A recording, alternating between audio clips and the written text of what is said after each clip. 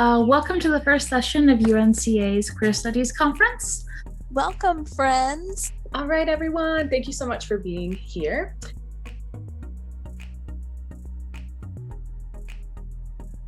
Yeah, COVID in itself changed so many of the conditions which our folks were living in and organizing in too. COVID really threw a wrench in everything we do.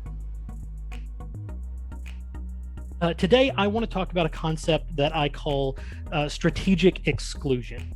I wanted to introduce you to a place you probably do not know you are in right now, which is the heteronormative matrix. Of particular interest to me and my work is that LGQ folks are specifically more visible as parents. We've been working together on this project on navigating queerness as a second language student. How does that work? What are the challenges?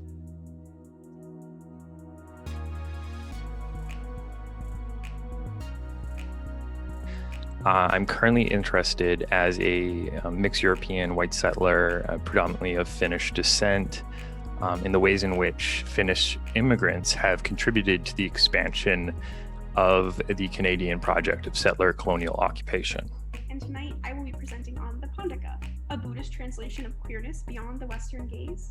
In this presentation, I'll be talking about queer historiography and queer futures, retelling gender and sexuality in India. I think to be a queer writer in this time means that we can accept anything less than liberation. Means that if we're all not able to breathe, then we're all stuck.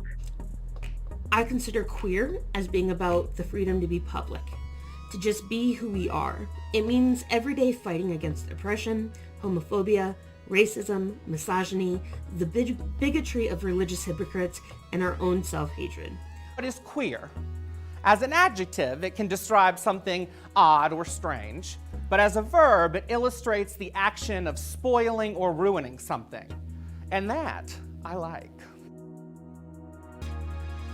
I want to be an ancestor that make my ancestors right and proud. If you think about Sylvia Rivera or Marsha P. Johnson, they weren't just writers, they were organizers, they were entertainers, they were parents, co-parents, mothers, right, for queer and trans family. Alan, you and the other beat writers paved the way for civil rights, the anti-war movement, queer rights, even women's rights. You spoke your mind when others feared for their safety, when normal meant moving to the suburbs and living a quiet life. David Wojnarowicz, he used his art as a form of activism in order to push the status quo in a lot of ways.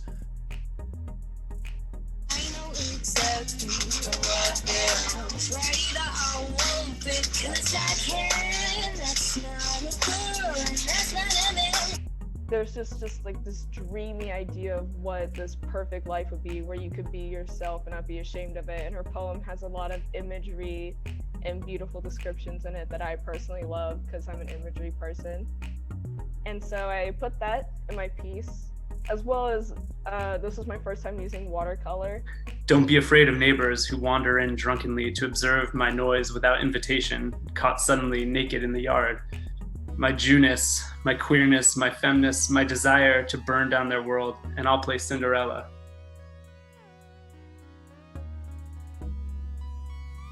Organizing doesn't necessarily have to be my body on the pavement in the street. My body can be safe at home. And it doesn't have to be me organizing to be included. It can be me organizing to be separate and safe. Building systems that we know are going to protect our people rather than trying to be incorporated in a system that's built on sand, that's consistently being swept away by the ocean.